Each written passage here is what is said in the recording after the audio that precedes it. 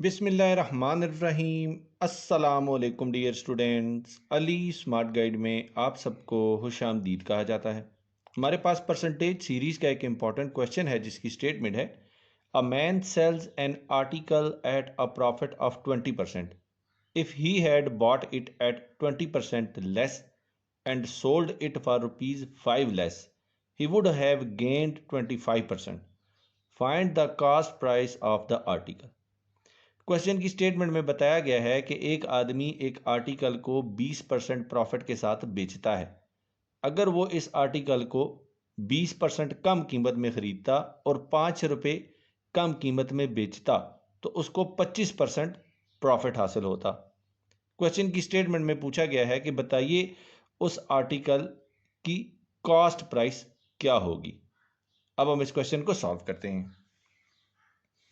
Dear students, हम suppose करते हैं कि जो कास्ट प्राइस ऑफ आर्टिकल है वो है x. So cost price is equal to x और हमें मालूम है कि जो प्रॉफिट होता है वो selling price minus cost price के होता है। अब हमने जो कास्ट प्राइस है वो सपोज की है एक्स और जो प्रॉफिट है वो 20% ऑफ कास्ट प्राइस है और सेलिंग प्राइस हमें नहीं मालूम। सो 20% ऑफ कास्ट प्राइस का मतलब है 20% of x. So 20% of x होगा 20x is divided by 100 is equal to selling price minus x. तो हम इसको लिख सकते हैं selling price is equal to x plus 20x by 100। So हमें सेलिंग प्राइस हासिल होगी 120x इज डिवाइडेड बाय 100। अब हम प्रॉफिट वाले फार्मूले को दोबारा लिखते हैं। Profit is equal to selling price minus cost price.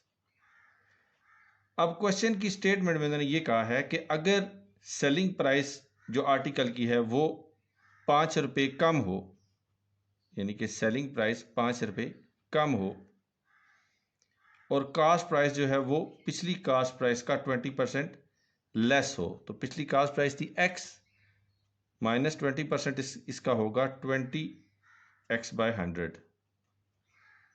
तो जो प्रॉफिट होगा वो हमें 25% होगा, यानी कि 25% ऑफ कास्ट प्राइस। अब हमने इस इक्वेशन को सॉल्व करना है। सो सेलिंग प्राइस हमने कैलकुलेट की है 20x 120x बाय 100। सो 120x बाय 100 माइनस 5 माइनस, अब ये हमें वैल्यू हासिल होगी 80x बाय 100 के, और ये जो 80x बाय 100 है ये कास्ट प्राइस हुई नहीं। तो ये जो प्रॉफिट है वो इसी कास्ट प्राइस का 25% हमें बता रहा था स्टेटमेंट में। सो ये हो जाएगा 25% ऑफ कास्ट प्राइस का मतलब होगा 1/4 ऑफ कास्ट प्राइस जो कि है 80x बाय 100। सो ये हो जाएगा 20x बाय 100। तो हम इसको लिख सकते हैं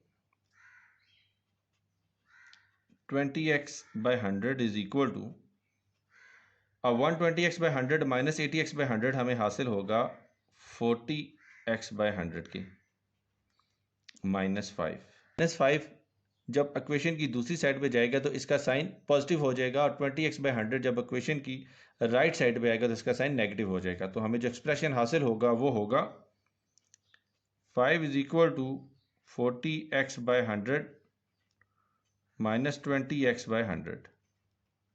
सो हमें जो फाइनल एक्सप्रेशन हासिल होगा वो होगा 5 is equal to 20x by 100 के। सो 21 ज़ा 20, 25 ज़ा 100 और 5 डिवीजन में है, जब इक्वेशन की लेफ्ट साइड पे जाएगा तो ये मल्टीप्लिकेशन में चला जाएगा। सो हमें x की जो वैल्यू है वो हासिल होगी 5 इज मल्टीप्लाइड बाय 5।